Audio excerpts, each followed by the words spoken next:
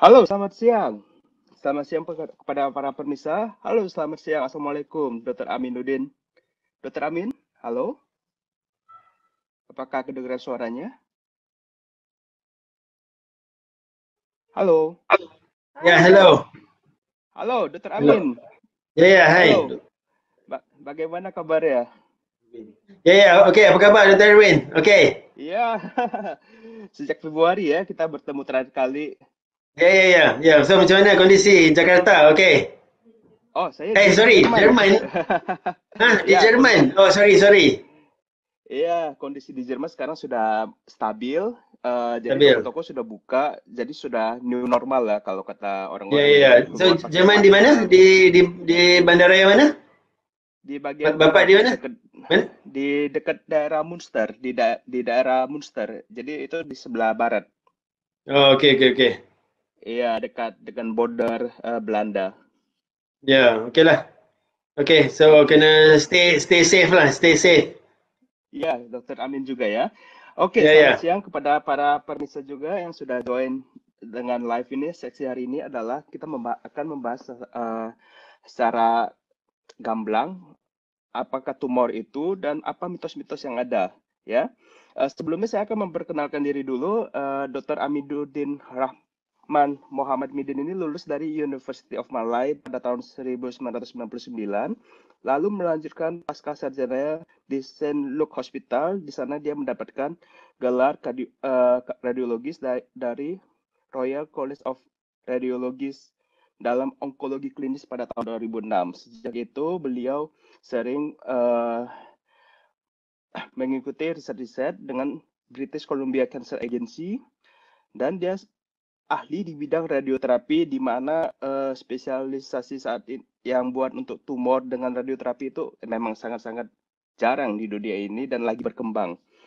Dan saat ini beliau bergabung dengan KPJ Damansara Specialty Hospital sebagai konsultan onkologis klinis residen sejak tahun 2012, dan beliau sudah mempublikasikan banyak-banyak jurnal dan ya ibaratnya sangat top deh di Malaysia dan termasuk salah satu konsultan yang ternama untuk bidang radio onkologis itu.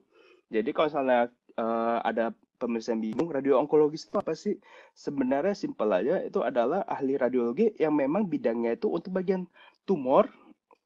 Selain itu emang terapinya itu lebih ke arah radioterapi atau um, planning untuk pasien which tumor for which treatment is the best. Ya, jadi memang saat ini tumor itu memang banyak yang menanyakan. Salah satunya adalah mitos. Mungkin nanti akan dibahas sama Dr. Amin, tapi saya bacakan beberapa mitos dulu atau pertanyaan yang sering ditanyakan para pasien. Seperti, apakah kanker itu bisa sembuh? Apakah ada opsi lain, ada alternatif selain kemoterapi atau operasi? Apakah kemoterapi itu berbahaya?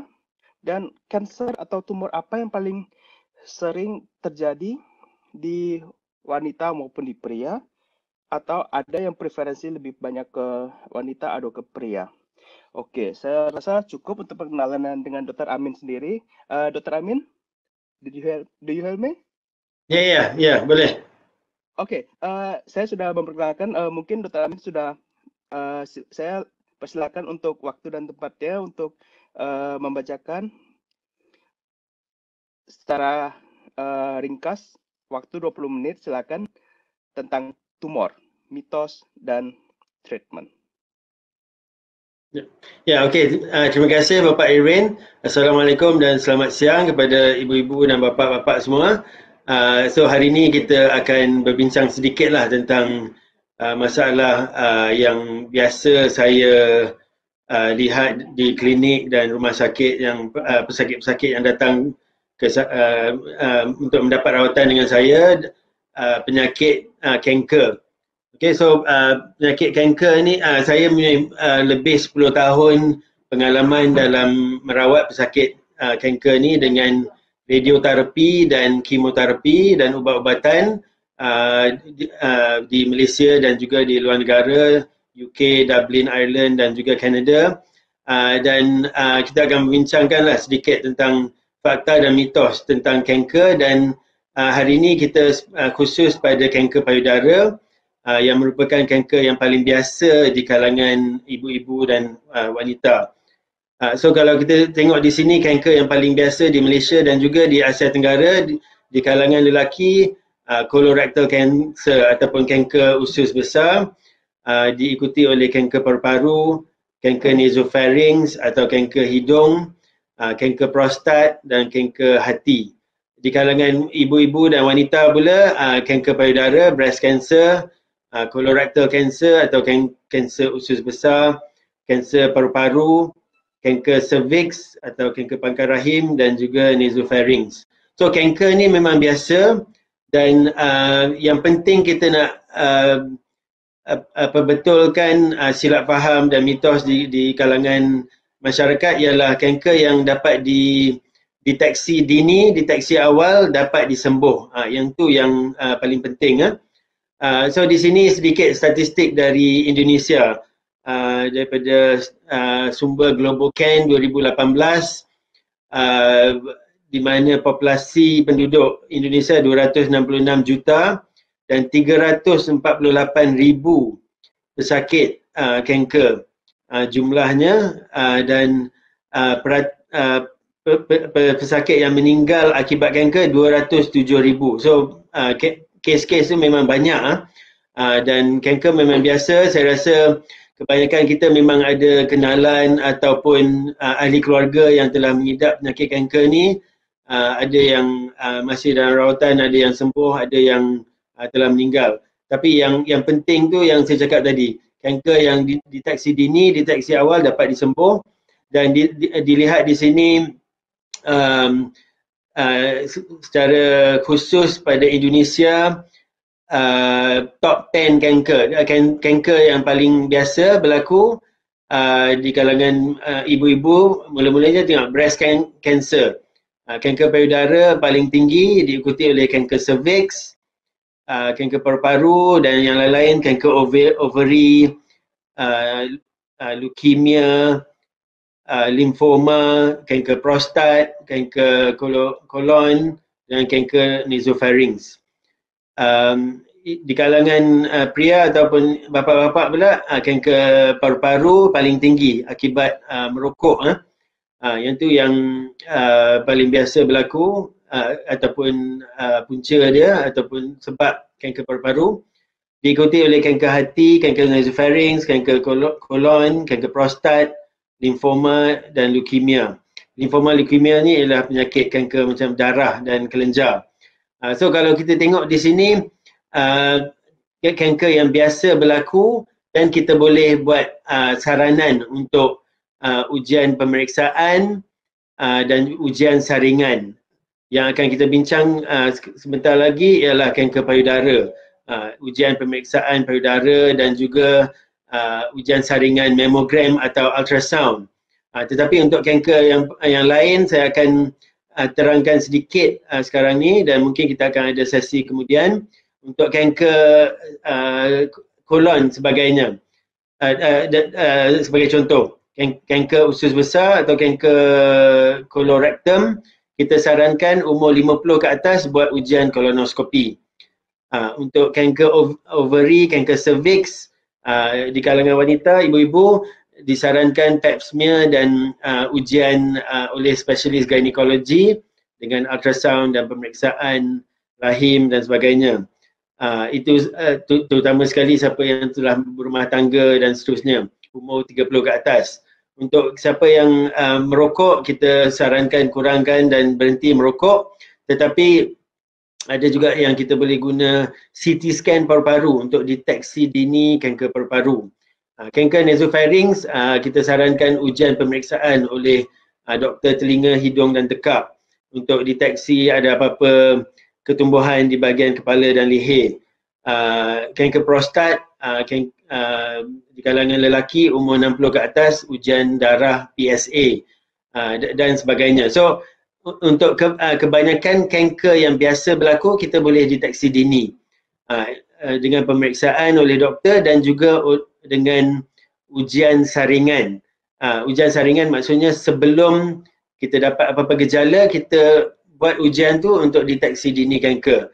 Itu pun penting juga yang perlu difahami oleh masyarakat. Jangan tunggu sampai ada gejala ataupun simptom, ada masalah baru nak jumpa doktor. Kita kena buat pemeriksaan sendiri dengan pemeriksaan oleh doktor dan juga ujian saringan untuk deteksi dini kanker-kanker yang biasa berlaku. Kalau kita boleh buat yang ni, saya rasa insyaAllah kita boleh deteksi dini kebanyakan kanker yang biasa dan kita boleh sembuhkan kebanyakan pesakit kanker kita. Okay? So, yang penting tu macam saya cakap tadi, kanker payudara, early detection, cure and prevention, dan early detection saves life. Kanker yang deteksi dini dapat disembuh dan dapat menyelamatkan nyawa pesakit. So slide ni menunjukkan kajian dilakukan di Kuala Lumpur, Pusat Perubatan Universiti Malaya dalam tahun 90-an, dan kita boleh tengok kes kanker ni semakin meningkat. Ini adalah kes-kes yang dirawat di sebuah hospital terbesar, universiti hospital terbesar di Kuala Lumpur. Daripada 93 sampai 2003, kes-kes kanker semakin meningkat. Yang tu yang kita tengok di kalangan masyarakat juga, kes kanker semakin meningkat, terutama sekali kanker payudara, dan juga pesakit yang semakin muda mengidap penyakit kanker ni. Umur 30-an, 40-an, even 20-an pun boleh mengidap kanker payudara. So, itu yang penting juga diketahui, kes-kes kanker payudara ni semakin meningkat dan pesakit-pesakit yang mengidap kanker ni semakin muda. Bila semakin muda ni, kanker tu semakin agresif. So kanker ni dulu 30-40 tahun dulu, kanker ni biasa berlaku di kalangan orang-orang tua sahaja. Tapi sekarang ni orang muda pun boleh mendapat kanker, terutama sekali kanker payudara. So kesedaran di kalangan masyarakat tu penting. Kita tak tahu kenapa kes semakin meningkat dan pesakit semakin muda yang mendapat kanker ni, tetapi yang kita suspek ialah dari segi pemakanan yang tidak sihat, mungkin pencemaran alam sekitar, ataupun mungkin merokok dan sebagainya. Tetapi yang tu lagi satu mitos yang kita perlu perbetulkan. Kanker bukan di kalangan orang tua sahaja. Sekarang ni orang muda pun boleh mendapat kanker seperti kanker payudara. Yang ni slide ni menunjukkan peringkat-peringkat kanker payudara. Peringkat kosong ialah dipanggil pre-cancer atau DCIS. Peratus sembuh selepas rawatan 100%.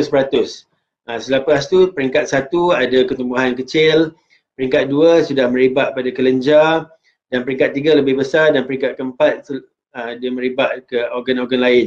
So dilihat di sini, kalau kanker tu dideteksi dini, peringkat awal 0, 1, 2, peratus sembuh tu tinggi, 90%, 80%. Tapi kalau peringkat keempat sudah merebak ke organ-organ lain, peratus sembuh 10-20% saja. Daripada peringkat awal saja kita boleh menambahkan peluang untuk sembuh daripada kanker dan kembali kepada masyarakat.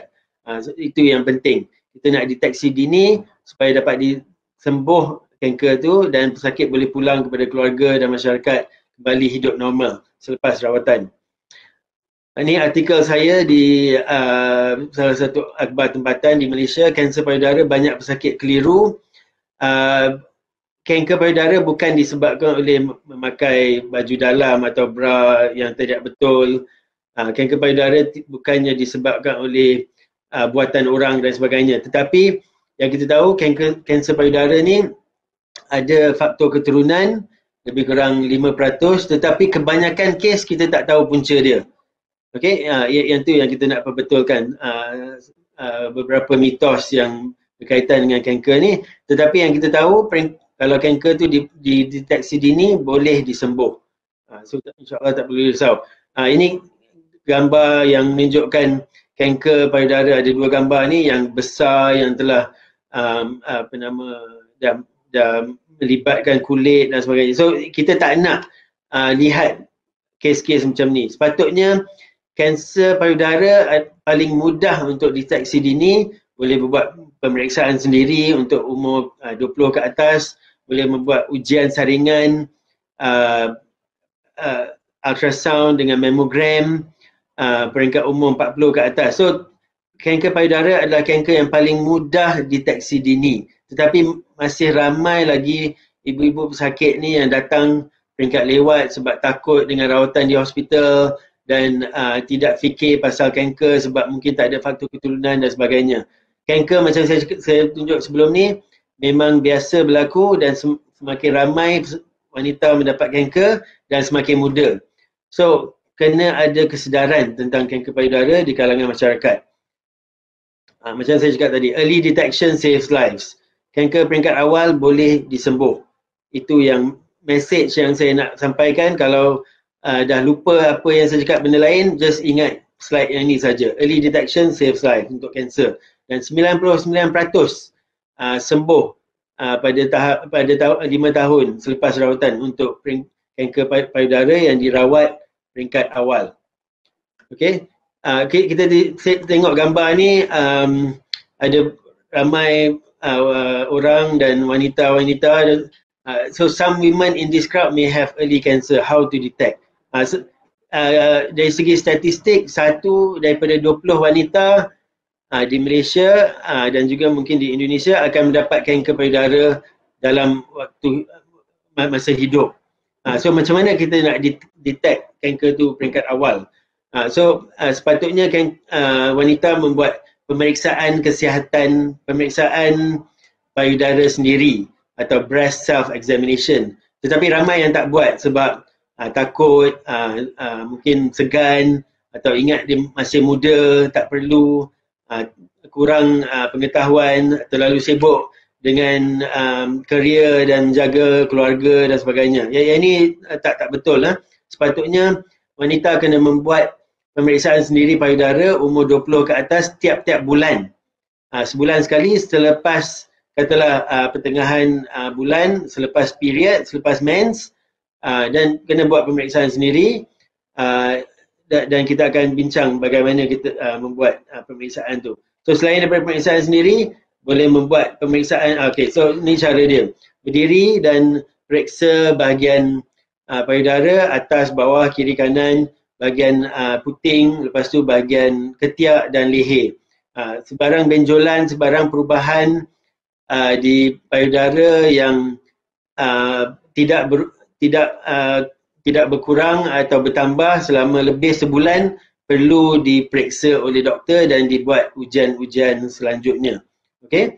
Dan mungkin di bahagian semasa mandi, berdiri di depan cermin mata, cermin, kita boleh buat pemeriksaan payudara juga. So sepatutnya setiap bulan sekali perlu buat pemeriksaan payudara sendiri, start umur 20 ke atas.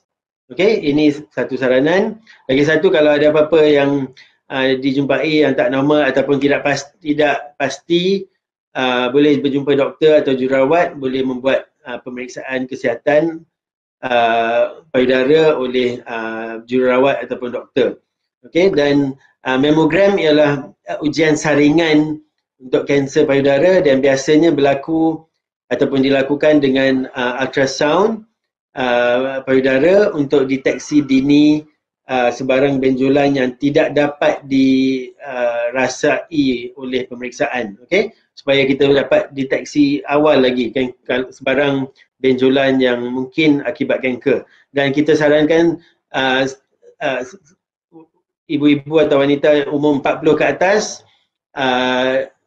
melakukan ujian saringan kanser payudara dengan mammogram dan ultrasound payudara. So 40 ke atas setiap 2-3 tahun sekali. Kalau ada risiko seperti yang akan kita bincangkan kemudian, umur 40 ke bawah kita guna USG atau ultrasound payudara.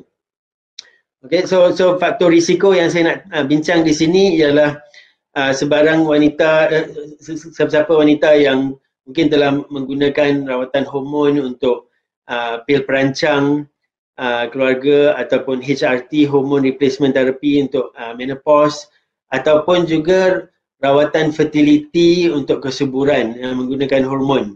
Sesiapa yang telah menggunakan rawatan hormon ni ada risiko untuk mendapat kanser payudara dan sepatutnya membuat pemeriksaan payudara dan juga ujian saringan untuk kanser payudara. Dan ada juga faktor risiko genetik di mana keturunan di mana lebih kurang 5% akibat mutasi jin dipanggil BRCA1 dan BRCA2. Yang ni kalau sesiapa yang ada faktor risiko keluarga yang ada beberapa ahli keluarga yang mendapat kanser-kanser tertentu, mungkin boleh buat ujian ni untuk melihat faktor risiko genetik. Dan ni Angelina Jolie, dia apa nama pelakon Hollywood ni, dia ada mutasi jin BRCA1 yang menambahkan risiko mendapat kanser payudara dan kanser ovary. So dia telah melakukan prophylactic double mastectomy. Dia telah membuat operasi untuk mengangkat payudara dia sebelum ni. Okay, so yang tu dari segi faktor risiko dan beberapa mitos dan fakta tentang kanker payudara. So lepas ni kita akan bincang pasal rawatan untuk kanser payudara. Ya, ada apa-apa nak dibincang, Dr. Erwin? Ya. Dr. Erwin? Ya, Dr. Amin. Ya, setakat ni jelas ke? Ya, ada apa-apa nak dibincang? Ya, ada beberapa pertanyaan dari komen-komen maupun yang direct message yang ke saya. Ada yang menanyakan, tadi kan dokter sudah bilang kalau untuk breast cancer itu umur 40 ke atas itu sudah bagus dilakukan untuk pemeriksaan breast cancer. Sekarang ada yang nanya, kalau saya laki-laki, saya tidak ada gejala, umur berapa baru lebih baik dilakukan pemeriksaan penyaringan atau screening untuk pemeriksaan kalau saya ada cancer gitu. Ada pertanyaan seperti ini, Dr. Amin. Bagaimana? Bisa dijawab atau? Untuk lelaki ke? Untuk ibu bapa ke? Ya, okey, lelaki saya rasa mungkin kita boleh bincang kemudian juga, tapi yang saya telah tekankan tadi, lelaki biasa mendapat kanser paru-paru akibat merokok, so sepatutnya kurangkan dan berhenti merokok.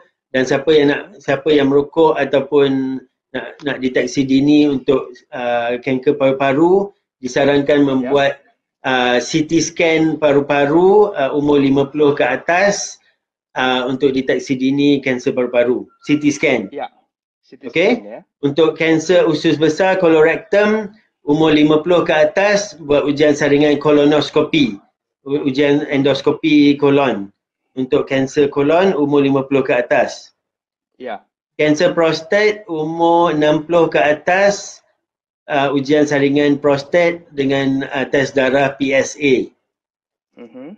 Okey, dan juga satu kanker yang jarang dibincang yang biasa berlaku di kalangan lelaki yang muda umur 20-an, 30-an, kanser testis. Yang tu kena buat pemeriksaan testis sendiri, macam juga untuk kanser payudara bulanan.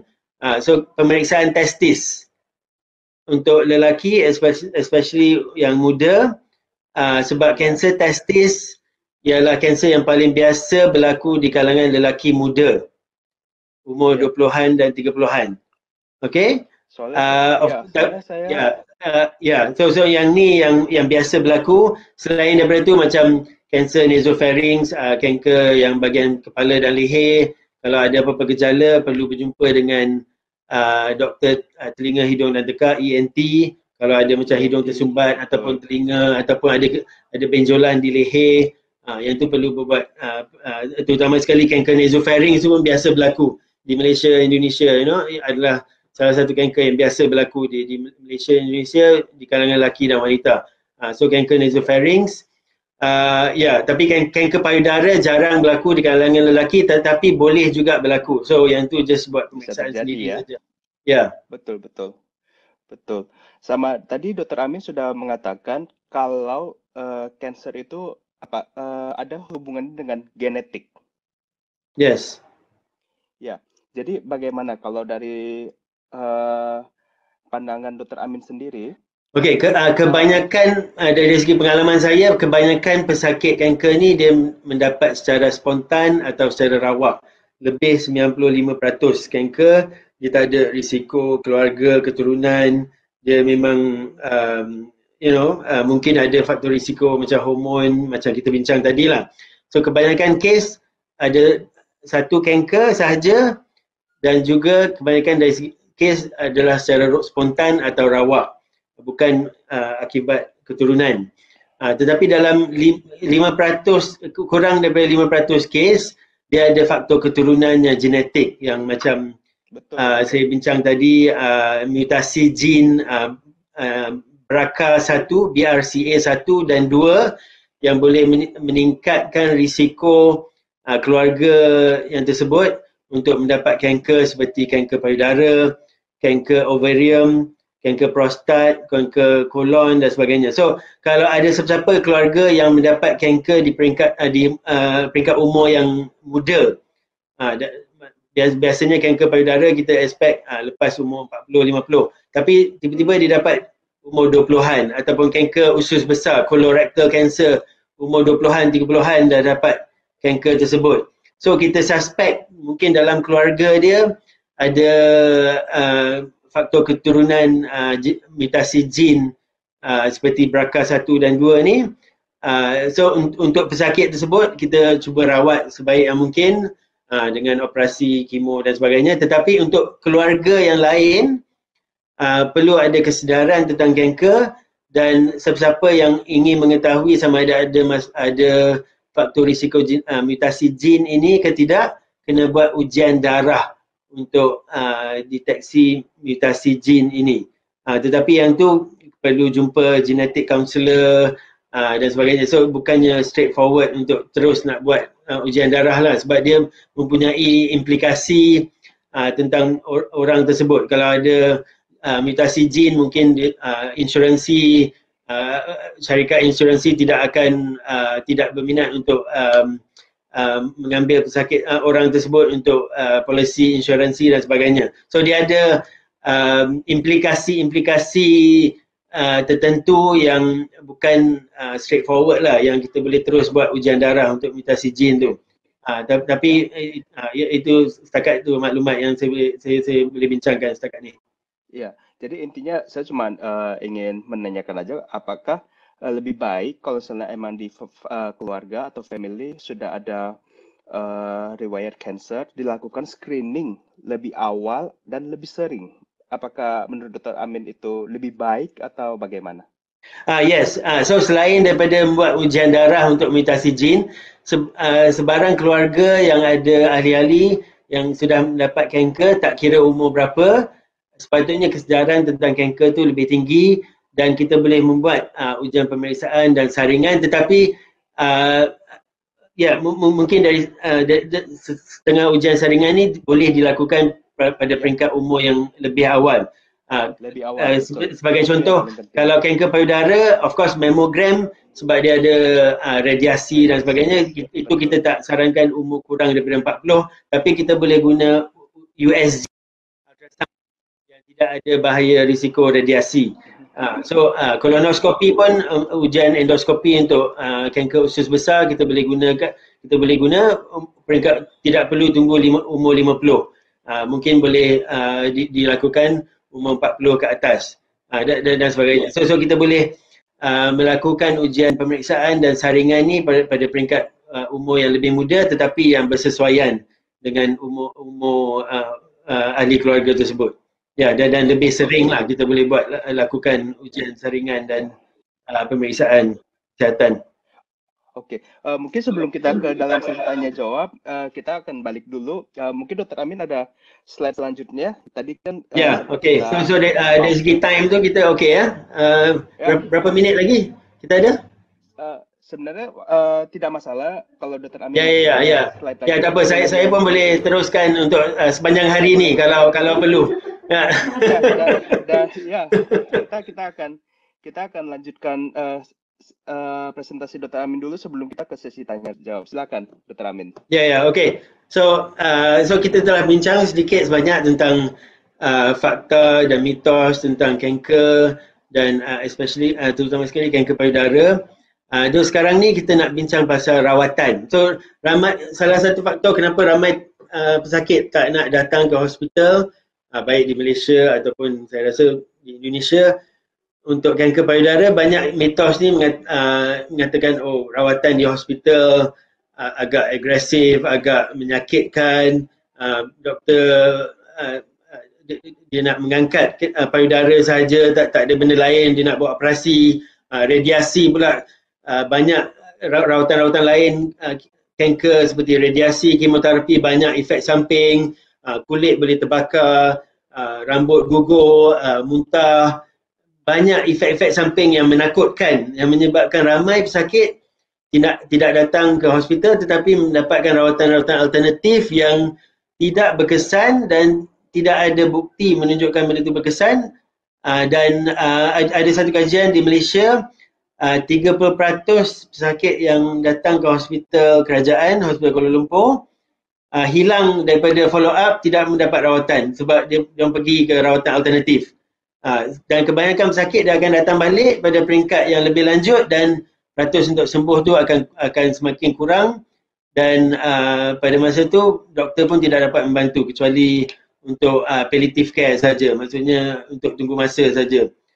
So yang ni kita nak perbetulkan. Memang kanker tu adalah, walaupun biasa, kanker adalah satu penyakit yang susah dirawat, tetapi kalau deteksi dini, deteksi awal, rawatan tu lebih mudah, kesan sampingan, efek samping akan kurang, dan impak pada pesakit, quality of life pesakit akan kurang, supaya lepas rawatan tu pesakit boleh kembali kepada keluarga dan masyarakat. Itu yang message yang kita nak sampaikan. Deteksi dini bukan setakat deteksi dini menyembuhkan penyakit, tetapi deteksi dini juga memudahkan rawatan dan mengurangkan impak rawatan pada pesakit, supaya maintain quality of life pesakit. So itu yang penting sangat untuk deteksi dini kanker dengan ujian pemeriksaan sendiri dan ujian saringan. Yang itu yang saya nak ulangkan. Itu satu. Lagi satu, rawatan-rawatan sekarang pun dengan teknologi terkini, dengan ubat-ubat yang baru dan teknik-teknik operasi yang baru, impak atau efek samping rawatan semakin kurang.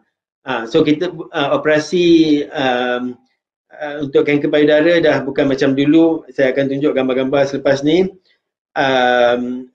Bukan macam dulu, kita tak perlu mengangkat kanker ataupun payudara tu sepenuhnya, just buang kanker tu saja, lumpectomy atau wide excision, dan kita boleh preserve payudara. Radiasi pun rawatan dia tidaklah efek samping tidak berapa teruk. Kemoterapi pun sudah kurang efek samping dengan ubat-ubat yang baru. Dan dalam slide ni kita boleh tengok ada ubat-ubat lain yang baru seperti rawatan hormon, rawatan target atau targeted therapy yang memang kurang efek samping tetapi membolehkan kita merawat kanker tu lebih berkesan, ratus untuk sembuh pesakit lebih tinggi, dan pesakit boleh balik kepada keluarga dan masyarakat secara normal.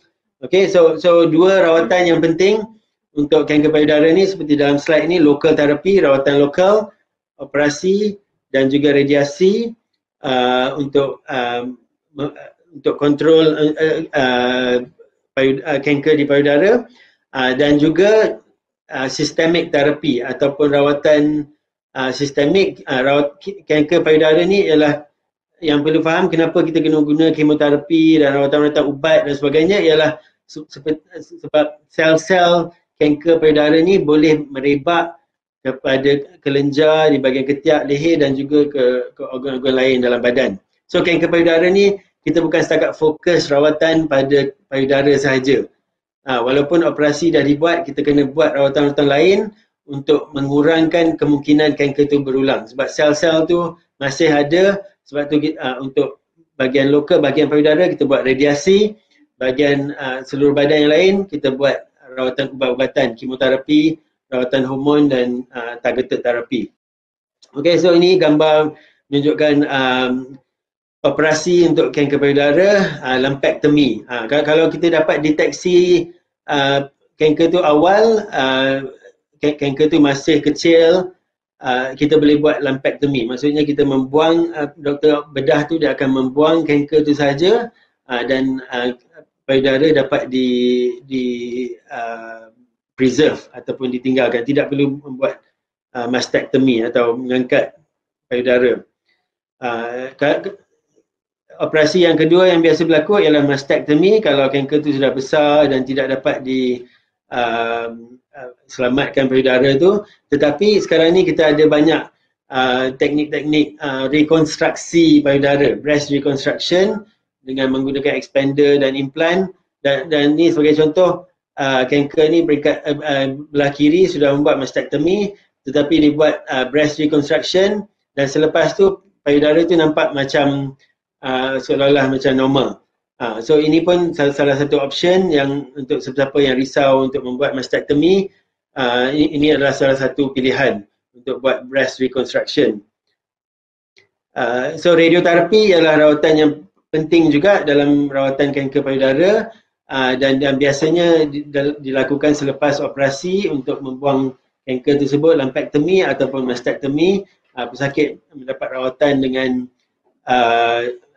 baring di mesin radioterapi ni. Dia biasa rawatan harian setiap hari, 15-20 minit setiap hari selama beberapa minggu, dan kita nak merawat seluruh payudara yang tertinggal supaya kanker tu tidak berulang di bahagian payudara, bahagian dan kelenjar di bahagian terketiak dan leher.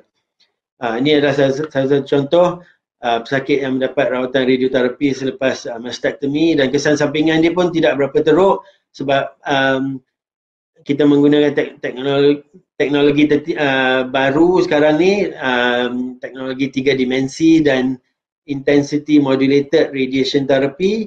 Seperti dalam contoh ni, kita merawat kanker payudara belah kiri, dan kita ada risiko yang radioterapi itu merawat bahagian organ dalam jantung dan paru-paru. Tetapi dengan menggunakan teknologi 3 dimensi, 3-dimensional conformal radiotherapy dan IMRT, intensity modulated radiation therapy, kita boleh merawat payudara tu dan mengurangkan dos radiasi pada jantung dan paru-paru. So ini mengurangkan risiko mendapat kerosakan organ-organ macam jantung dan paru-paru yang jangka panjang.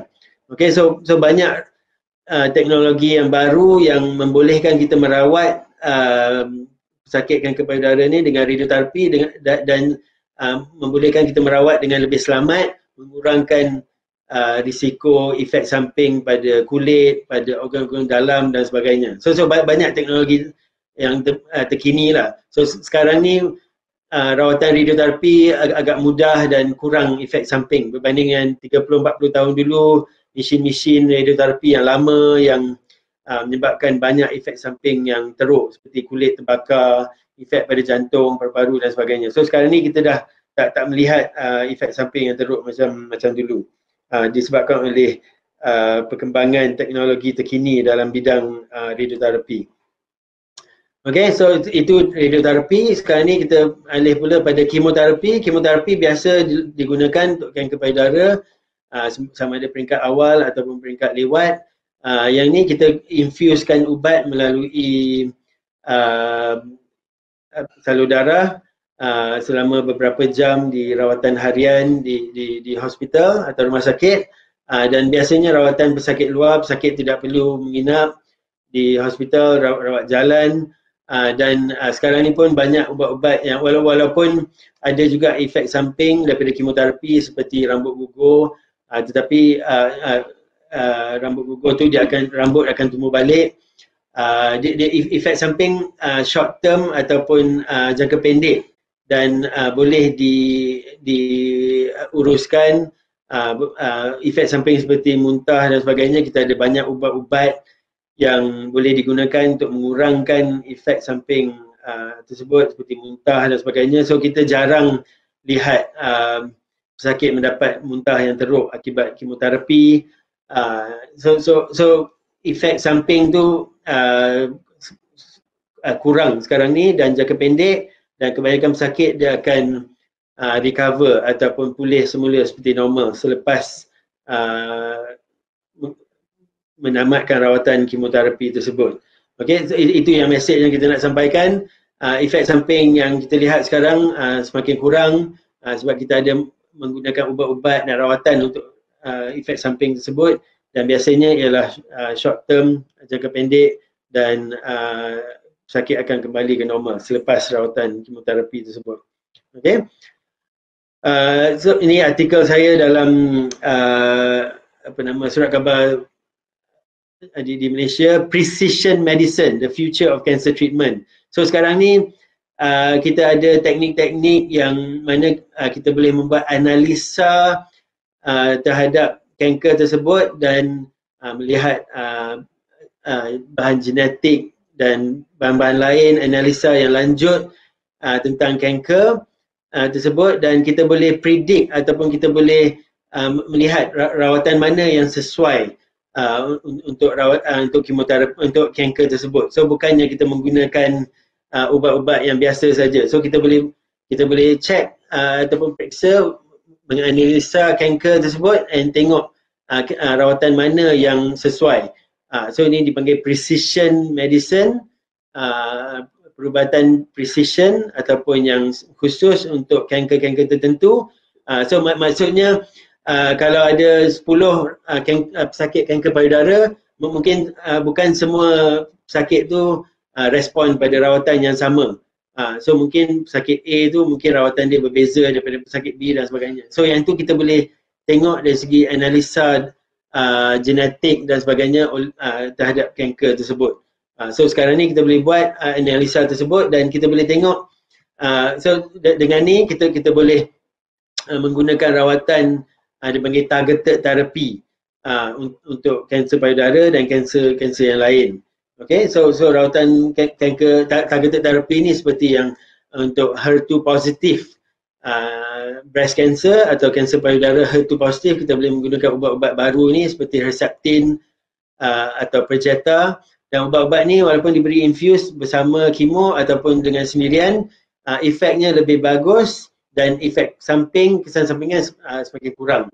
So dengan membuat analisa genetik kanker ni, kita boleh menggunakan rawatan-rawatan baru ni seperti targeted therapy untuk kanker payudara. Okey, dan kajian telah dilakukan dan kita melihat daripada zaman 90-an sampai sekarang, kalau dulu untuk kes-kes yang advanced breast cancer HER2 positif, survival dia hanya lebih kurang 20 bulan kalau menggunakan kemoterapi sahaja. Tetapi bila ditambah dengan Herceptin, survival dia semakin bertambah ke 40 bulan. Dan kalau digunakan kemoterapi dan Herceptin dan Perjeta, ubat targeted therapy yang baru, survivalnya sampai 56 bulan, hampir ke 5 tahun.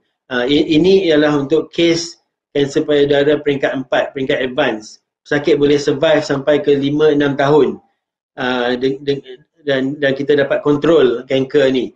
So kita boleh lihat dari segi respons rawatan semakin bertambah, pesakit dapat sembuh daripada penyakit ni dengan menggunakan rawatan-rawatan targeted therapy untuk kanser payudara dan sebagainya.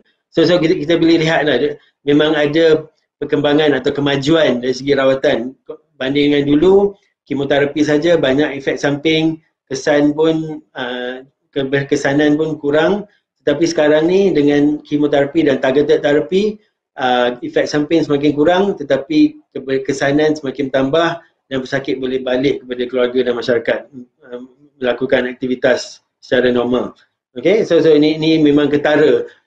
In fact, saya dah lebih 10 tahun dalam bidang ni pun saya boleh lihat masa mula-mula saya memasuki bidang onkologi ni, kita hanya menggunakan kemoterapi, ubat-ubat yang lama. Tapi sekarang ni kita banyak menggunakan ubat-ubat baru yang lebih berkesan dan kurang efek samping.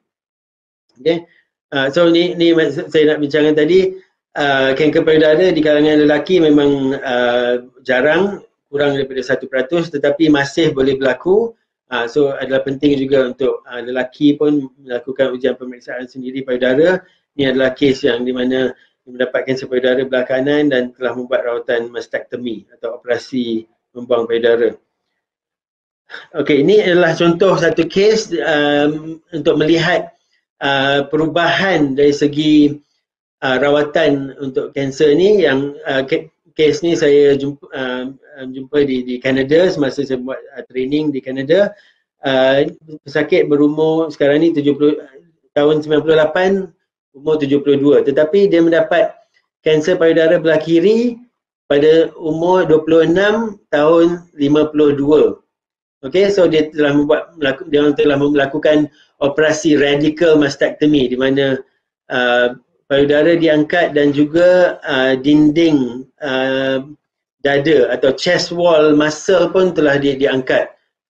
Operasi yang agak agresif dan agak besar lah, yang jarang dilakukan sekarang. So dulu 50-an itu adalah rawatan yang dilakukan.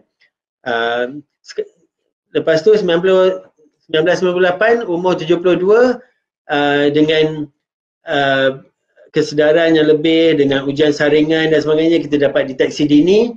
Dia hanya melakukan operasi lumpectomy, dibuang sedikit kanker tersebut, dan lepas tu dibuat radioterapi dan rawatan-rawatan hormon dan sebagainya. So dalam masa 30-40 tahun, rawatan untuk kanker telah berubah. Daripada dulu operasi yang agak besar, sekarang ni operasi semakin kurang dan kita menggunakan rawatan-rawatan lain dengan teknologi tinggi, radioterapi, kemoterapi dan ubat-ubat yang terbaru. Kita dapat melihat macam saya cakap tadi, impak rawatan tu semakin kurang tetapi peratus sembuh semakin tinggi. Itu yang kita nak. Memang kita tahu pesakit memang tak suka dengan efek samping rawatan yang menyebabkan efek samping yang teruk dan sebagainya. So memang kita faham. Kita doktor di hospital pun kita faham. So kita cuba untuk mendapatkan rawatan yang lebih berkesan tetapi kurang impak pada pesakit. Supaya pesakit untuk maintain quality of life pesakit dan pesakit boleh kembali kepada masyarakat secara normal selepas habis rawatan. Okey, ini adalah satu program TV Wanita Hari Ini di Malaysia yang saya buat beberapa tahun dulu, membincangkan saya bersama dengan seorang pesakit saya, umur 40-an, muda, tetapi dia mendapat kanker payudara peringkat awal, peringkat 1. Dia membuat operasi lumpectomy, diikuti oleh radioterapi dan kemoterapi, dan selepas beberapa tahun membuat ujian follow up, alhamdulillah setakat ni dia telah sembuh daripada kanker tu. Itu yang kita nak sampaikan message. Kanker yang deteksi dini dapat disembuh dan juga impak rawatan tu kurang dan pesakit boleh kembali kepada masyarakat secara normal selepas habis rawatan. Okey, sekian, terima kasih. Kembali kepada Bapak Dr. Erwin untuk sebarang pertanyaan. Ya, terima kasih Dr. Amin atas info-info yang sangat berbobot, terutama update-update dengan terapi-terapi terbaru. Mungkin Dr. Amin boleh break dulu sebentar. Saya akan menjelaskan kenapa kita membahas kanker payudara, karena itu adalah kanker yang paling gampang kita lihat sehari-hari. Selain kanker payudara itu memang ada kanker prostat, kanker usus, kanker lambung, nasofaring, memang itu nggak terlihat. Makanya itu screeningnya harus lebih ketat lagi dan harus lebih sering diuji untuk dilakukan terapi yang definitif. Cuman memang kita harus membahas kayak seperti di Jerman juga, kita tuh early screening itu kita melakukan. Tapi yang paling penting itu adalah kita di Jerman namanya Stufen Diagnostik atau pemeriksaan yang berjenjang, di mana kalau ada pasien datang, ada suspek kanker usus, kita melakukan diagnostiknya bertahap-tahap seperti USG, ultrasound bagian perut, terus dilakukan gastroskopi atau teropong lambung dan koloskopi teropong usus, lalu dilakukan pemeriksaan metastasis seperti screening untuk dari kepala sampai bawah apakah ada penyebaran sel-sel tumor sendiri atau tidak. Dan kalau misalnya memang sudah kita lihat tidak ada penyebaran, akan dilakukan pengangkatan, operasi atau terapi, di mana itu ditentukan oleh suatu tumor board. Jadi tumor board itu artinya adalah beberapa dokter berkumpul bersama-sama untuk membahas terapi penyakitnya apa, adakah penyebaran atau tidak, ada metastasis atau tidak, dan nanti ada ahli radio onkologi, ada penyakit dalam, ahli bedah, dan misalnya kalau dari breast, kalau di Jerman yang nanganin kebetulan bagian obgyn, kalau di luar mungkin ada breast cancer atau ahli bedah. Nah, itu akan dibahas sama-sama untuk dilakukan terapi yang definitif. Mungkin Dr. Amin bisa jelaskan kalau di rumah sakit KPJ Damansara itu bagaimana? Apakah Dr. Amin akan diskusi dengan dokter-dokter lain atau Dr. Amin menentukan sendiri terapinya? Silakan, Dr. Amin. Ya, itu merupakan persoalan yang baik. Terima kasih Dr. Irwin. Dan saya juga ada lihat soalan-soalan yang dikemukakan oleh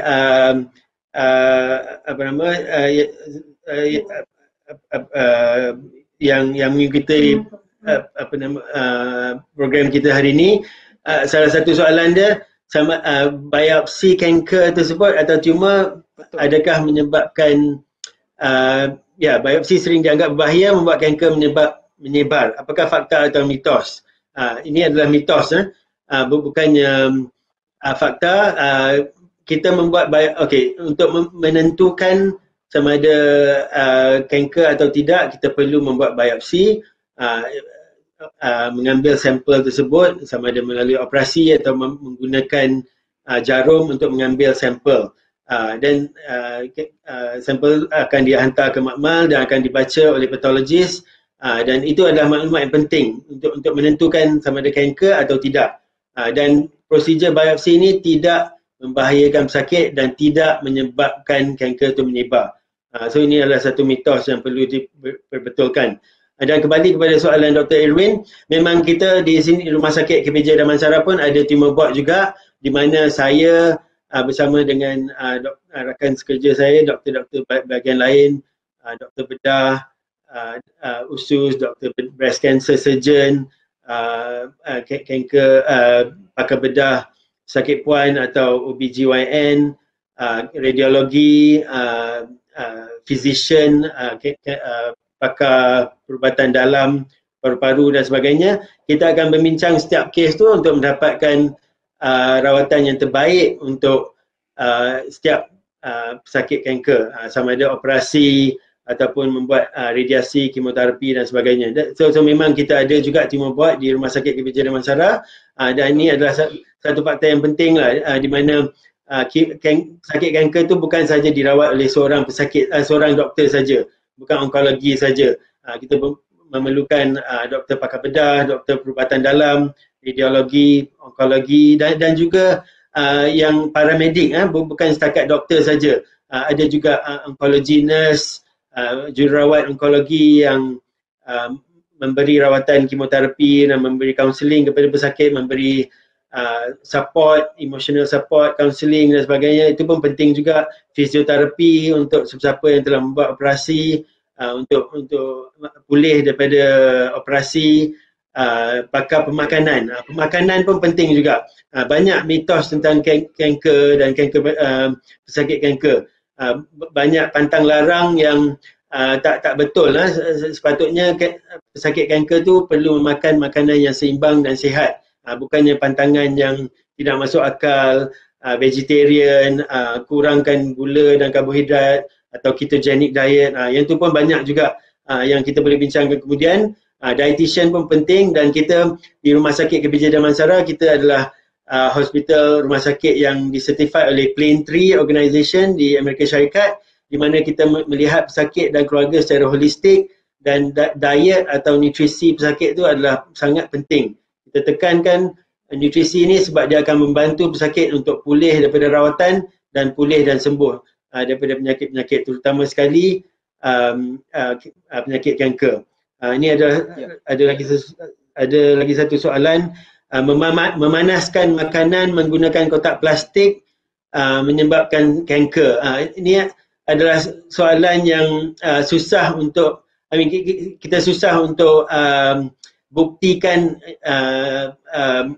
makanan yang panas dalam kotak plastik menyebabkan kanker, tetapi ini adalah macam masalah seperti pencemaran alam sekitar yang mungkin menyebabkan insiden kanker tu semakin meningkat sekarang ni berbanding dengan 50 tahun dulu. Kita tidak melihat kes-kes kanser macam sekarang ni, tetapi sekarang ni dengan pencemaran air, pencemaran alam, mungkin pemakanan tak sihat, fast food, processed food dan sebagainya. So dari segi keseluruhannya mungkin menyebabkan insiden kanker di Malaysia, Indonesia, di seluruh dunia semakin meningkat. So yang itu kita susah nak buktikan, tetapi yang ada beberapa faktor risiko yang kita boleh lihat memang menyebabkan kanker ialah seperti merokok, menyebabkan kanker paru-paru dan lain-lain. Meminum alkohol ataupun minuman arak secara berlebihan pun boleh menyebabkan kanker. Makanan masin seperti ikan masin, jeruk dan sebagainya pada umur yang muda, kurang daripada 10 tahun, boleh meninggikan risiko kanker nasofaring. Kanker nasofaring adalah salah satu kanker kepala dan leher yang biasa berlaku di Asia Tenggara, Malaysia, Indonesia. So selain daripada ini, agak sukar untuk membuktikan yang macam makanan dalam plastik, microwave, oven sama ada menyebabkan kanker ke tidak. Yang tu susah untuk dibuktikan. Tetapi kalau nasihat saya, kalau risau tentang perkara ini, cuba elakkan makanan dalam plastik yang panas, microwave, cuba guna cara yang lain dan sebagainya. Ya. Mungkin saja ya, kalau menurut dari sisi kita sendiri, mungkin pemeriksaan saat ini sudah canggih ya. Mungkin kita bisa mendeteksi lebih banyak kanker dibandingkan zaman dahulu begitu. Seperti dulu mungkin tidak ada gastroscopy, koloskopi, atau USG saja juga jarang. Makanya sekarang dengan teknologi yang bagus, kita bisa mendapatkan diagnosis lebih akurat. Menurut saya sih juga itu salah satu faktor kenapa terjadi lebih banyak tumor di masa-masa modern saat ini. Mungkin saya akan ke pertanyaan selanjutnya. Di sini ada pertanyaan dari Ibu Hasrina Pitu. Dia menanyakan, apakah pemeriksaan dengan mamogram dapat meningkatkan resiko kanker payudara akibat radiasinya? Bagaimana Dr. Amin? Boleh? Ya, ini soalan yang bagus. Memang ujian mamogram tu kita boleh deteksi dini kanker payudara. Maksudnya sebarang ketumbuhan payudara yang tidak dapat dirasai oleh pemeriksaan sendiri atau pemeriksaan kesihatan. Tetapi mamogram menggunakan radiasi, X-ray. So X-ray pada payudara pun boleh meningkatkan risiko kanker. Sebab tu kita sarankan hanya wanita umur 40 ke atas baru saja yang memulai ujian mamogram. Itu pun bukan setiap tahun, mungkin beberapa tahun sekali. Dan umur 40 ke atas kita guna ujian saringan ultrasound, USG. USG itu menggunakan ultrasound, maksudnya gelombang radio atau ultrasound. So tidak mempunyai risiko untuk mengakibatkan kanker. So itu adalah cara kita mengurangkan risiko kanker payudara akibat radiasi mamogram. Betul. Jadi kalau saya tambahkan lagi, radiasi itu memang pada kehidupan sehari-hari juga ada ya. Jadi radiasi kosmos, radiasi matahari, semua bisa terjadi. Cuman memang zaman saat ini kita sudah ada ultrasound juga. Jadi untuk di umur di bawah 40 tahun, memang kalau ada benjolan bisa dilakukan ultrasound, itu lebih tidak berbahaya dan tidak akan menyebabkan radiasi. Jadi pertanyaan Ibu Hasri, semoga kita berharap sudah menjawabnya. Ini ada pertanyaan selanjutnya dari Pak Jojo Raharjo Suwono. Dia menanyakan, kalau lidah ada bercak putih sebesar diameter 1,5 cm harus periksa apa? Apakah harus diambil semuanya dulu atau langsung dibiopsi dulu? Bagaimana tanggapan Dr. Amin? Ya, okey. So itu adalah soalan yang bagus. So salah satu kanker yang jarang kita bincang ialah kanker bahagian kepala dan leher. Okey, kanker kepala leher ni bahagian ni pun boleh dihidapi oleh kanker seperti kanker nasopharynx di belakang hidung, kanker bahagian lidah, kanker tekak, kanker peti suara kanker di thyroid dan sebagainya. So adalah penting untuk membuat pemeriksaan oleh doktor telinga, hidung dan tekak untuk melihat sama ada bahagian ni ada kanker ke tidak. Dan kalau ada sebarang perubahan di bahagian lidah, perlu Bapak perlu berjumpa dengan doktor telinga, hidung dan tekak ataupun dental surgeon, pakar bedah oral atau pakar bedah gigi untuk melihat dan memeriksa perubahan di bahagian lidah tersebut, dan kemungkinan besar perlu dibiopsi dan dibuat pemeriksaan dan rawatan selanjutnya. Ya. So itu adalah penting jugalah bahagian kepala dan leher ni, terutama sekali siapa yang merokok, yang meminum arak dan sebagainya, memang ada risiko tinggi untuk mendapat kanker bahagian ni, yang perlu dibuat pemeriksaan dan ujian. Ya. Lebih lanjut, jadi pemeriksaan disarankan adalah ke dokter THT, lalu dicari dulu apakah ada penyakit lainnya dulu atau tidak, atau metastasis dari penyakit sebelumnya. Jadi kita bisa balik lagi ke pertanyaan Ibu Christina, kalau memang untuk mengetahui jenis kanker sendiri memang harus dibiopsi. Tapi sebelum dibiopsi itu kita melakukan pemeriksaan penunjang lainnya seperti CT scan, ultrasound dari perut gitu. Jadi untuk dilihat ada penyebaran atau tidak. Kalau tidak ada penyebaran, ada sel akan diambil langsung. Jadi biopsi itu memang adalah gold standard untuk mengetahui apakah itu tumor dari sel apa, dan terapi, dan itu akan berimplikasi pada terapi-terapi dari jenis tumor itu. Jadi sesuai dengan jenis tumor akan diberikan obat yang cocok buat tumor tersebut. Mungkin kita ini sudah lebih, tapi ini ada beberapa pertanyaan lagi. Mungkin saya akan kejar sedikit. Ada pertanyaan dari saudara Ilhamul Fazrial. Dia menanyakan, Dok, saya menanyakan sesuatu, tapi di luar dengan kanker payudara kalau diperbolehkan. 3 bulan terakhir ada beberapa benjolan di leher sebelah kiri saya. Awalnya itu kecil, tapi lama-kelamaan benjolan tersebut besar. Sempat saya periksa, ternyata ada kemungkinan kanker limfom. Nah, ini menarik nih, Dr. Amin. Soalnya kanker limfom itu memang sering, apalagi pada usia muda, dan memang terapinya itu sangat komprehensif, dan rata-rata kalau di Jerman sendiri kanker limfom itu sesuai dengan jenisnya itu memang bisa diterapi dengan baik. Bagaimana dengan di Malaysia atau daerah Asia Tenggara? Dr. Amin, silakan. Ya. So ini soalan yang baik. Macam saya bincang tadi, bahagian kepala dan leher, orang jarang berbincang tentang kanker. Orang bincang tentang kanker payudara, kanker usus, kanker paru-paru, semua organ dalaman. Tapi bahagian yang boleh dilihat tu, kita jarang berbincang. So yang tu pun penting kita kesedaran. Kanker bahagian kepala dan leher yang perlu membuat pemeriksaan oleh Dr. THT dan perlu dibuat biopsi. So jawapan pada bapak ni, saya rasa bapak perlu berjumpa dengan doktor telinga, hidung, tekak untuk membuat pemeriksaan THT bahagian hidung, bahagian tekak, dan membuat ujian CT scan ataupun ujian yang lebih baik PET scan, scan yang seluruh badan untuk melihat sama ada kanker itu sudah merebak ke tidak. Dan yang penting ialah untuk membuat biopsi. Tidak perlu diangkat semua ketumbuhan tersebut. Buat biopsi dulu, tentukan apakah jenis kanker. Kalau kanker limfoma, tidak perlu dibuat operasi, kita buat kemoterapi dan radioterapi. Kalau kanker yang lain yang mungkin berasal daripada tekak atau lidah dan sebagainya, dan mungkin perlu membuat operasi. So yang penting tu buat biopsi dulu. Ambil sampel daripada tumor, buat biopsi, tentukan jenis kanker tu, baru berbincang dengan doktor-doktor yang berkaitan. Doktor yang perlu dijumpa ialah doktor ENT atau THT, doktor onkologi, radiologi dan patologi. So setelah berbincang dengan semua doktor ni, tentukan kanker apa. Kalau limfoma, kemoterapi dan radiasi.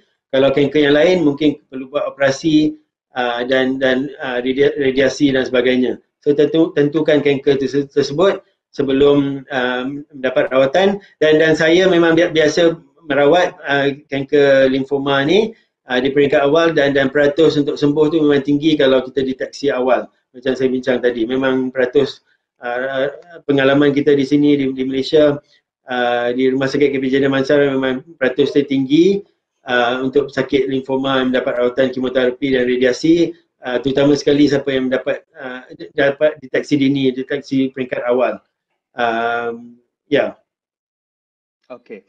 Ya, berhubung dengan waktunya sudah habis, saya akan merangkum sedikit ya, Dr. Amin kalau diperbolehkan. Jadi 3 poin penting dalam mitos cancer ataupun terhadap tumor sendiri.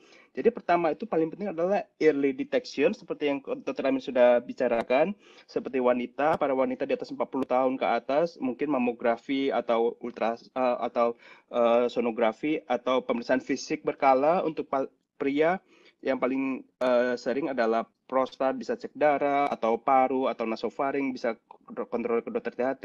Jadi emang early screening itu sangat penting, dan pemeriksaan penunjang itu kalau memang ada misalnya ada sedikit uang, ya sangat disarankan untuk early screening atau ambil medical check up berkala. Contohnya aja bisa di rumah sakit terdekat, atau mungkin kalau memang mau sekalian jalan-jalan ya, bisa ke Malaysia, ke KPJ Damansara, sekalian jalan-jalan, sekalian dapat check up, termasuk teropong lambung, teropong usus, itu juga salah satu saran yang bisa kita anjurkan, soalnya dengan pemeriksaan itu memang kita bisa mendapatkan info lebih baik. Mungkin ada tambahan lagi dari Dr. Amin, ada pemeriksaan apa lagi ya yang boleh bawa keluarga sekali untuk buat shopping di shopping mall di Damansara di Kuala Lumpur. Kita pun banyak ada hotel-hotel yang 5 star dan sebagainya.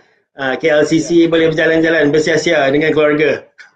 Petronas ya, selain itu memang menurut saya secara biaya juga tidak terlalu mahal ya. Yes. Okay, macam Dr. Irwan cakap tadi, message yang saya nak sampaikan, early detection saves lives. Kanker yang deteksi awal, deteksi dini dapat disembuhkan, dan juga impak rawatan pun kurang, efek samping rawatan kurang pada pesakit, dan pesakit boleh kembali kepada masyarakat. Rawatan pun kurang rumit, dan kos pun akan kurang kalau deteksi awal. Kalau kanker yang deteksi lewat, rawatan lebih rumit dan rawatan kos pun semakin tinggi. Sebab tu yang penting tu deteksi awal, dan of course kos rawatan di Malaysia, di Rumah Sakit KPJ Damansara berpatutan. Kita mempunyai fasilitas yang world class dan doktor-doktor yang mendapat training di Barat, di Amerika Syarikat, di England dan sebagainya, tapi kos memang berpatutan, dan kita memberi rawatan yang berkualiti, dan kita menjaga pesakit dan keluarga supaya selesa semasa tinggal di Malaysia, dan ada juga aktiviti lain yang boleh dilakukan semasa menginap di sini, dan dipersilakanlah kepada bapa-bapa dan ibu-ibu untuk melawat Rumah Sakit KPJ Damansara untuk rawatan kanker dan bukan setakat rawatan kanker tetapi ujian saringan. Kita pun ada juga ujian saringan, mamografi, kolonoskopi dan CT scan dan sebagainya. Okey, sekian, terima kasih. Oke, saya akan lanjutkan lagi. Jadi poin satu tadi sudah dibahas dengan Dr. Amin, adalah early screening. Poin kedua adalah diagnostik sendiri, itu paling penting. Jadi dengan ada suspek, misalnya kalau payudara harus dicek, ya kita harus dilakukan pemeriksaan berjenjang, yaitu di CT scan dan selanjutnya.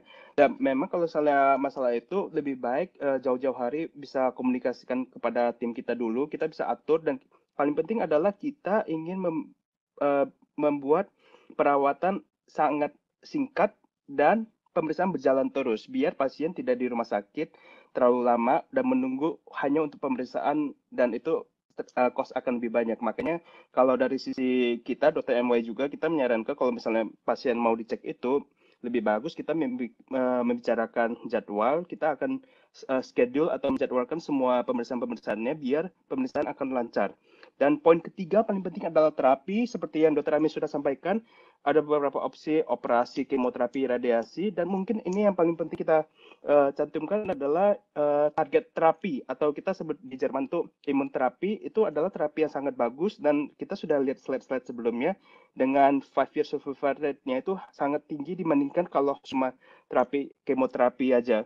Jadi memang kos itu sangat tinggi, tapi kalau di KPJ Damansara itu bisa ya dok ya, dengan imunterapi itu ada terapinya itu ya, yang target. Yes. So rawatan terkini itu seperti targeted terapi dan imunoterapi. memang sudah ada di Rumah Sakit Kebijakan Damansara untuk kanker payudara, breast cancer, lung cancer, colon cancer dan sebagainya. So tapi walaupun kos dia agak tinggi, tetapi saya rasa lebih murah daripada di Jerman. Betul, Pak. Okay. Di Jerman, ya di Jerman itu mungkin emang ada biayanya. Ya, Oke, jadi So kita balik lagi. ubat-ubat ni memang kos dia agak tinggi disebabkan oleh kita menggunakan ubat-ubat yang original, tetapi kesan dia yang penting kesan pada kanker tu adalah yang baik, lebih baik daripada kita lihat kalau menggunakan kemoterapi yang banyak efek samping dan sebagainya. So memang ada kos tetapi masih berpatutan, dan kita melihat kesan pada kanker tu memang agak menakjubkan berbandingkan dengan dulu. Respon tu semakin bertambah, peratus sembuh semakin bertambah dan pesakit pun boleh lakukan aktivitas secara normal. Oke, jadi 3 poin itu saya balik lagi: early screening, diagnostik, sama terapi. Dan terapi dalam hal ini bukan terapi cancer sendiri, tapi terapi pasien secara holistik atau secara keseluruhan. Dan KPJ Damansara itu memang sangat mementingkan untuk terapi tidak hanya cancer sendiri, tapi pasien dan keluarganya. Soalnya masalah psikologis itu memang sangat tinggi. Ya, betul ya, Dr. Amin? Yes, oke.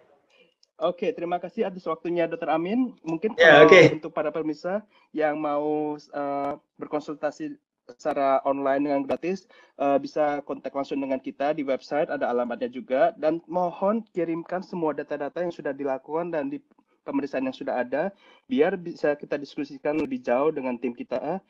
Dan tolong jangan tanya, saya anak berjualan di sini, apa yang saya harus lakukan. Itu bisa kita konsultasikan langsung, tidak masalah. Cuman kalau memang tertarik untuk kasus cancer sendiri, untuk second opinion atau pertanyaan ingin mendapatkan pendapat dari pihak lain, boleh. Kalau memang masih penjualan awal, bisa di pemeriksaan lokal di local hospital dulu, di rumah sakit terdekat, sampai kalau misalnya memang mau opsi lain bisa menghubungi kita. Ya, terima kasih atas waktunya, Dr. Amin. Ya, oke. Bertugas kembali. Ya, oke. Sekian, terima kasih. Oke, early detection saves lives untuk cancer. Oke. Early detection save life. Oke, terima kasih. Terima kasih atas waktunya dan terima kasih untuk para pemirsa sekalian sudah join di sesi diskusi webinar hari ini. Terima kasih dan sampai jumpa. Oke, sekian. Oke.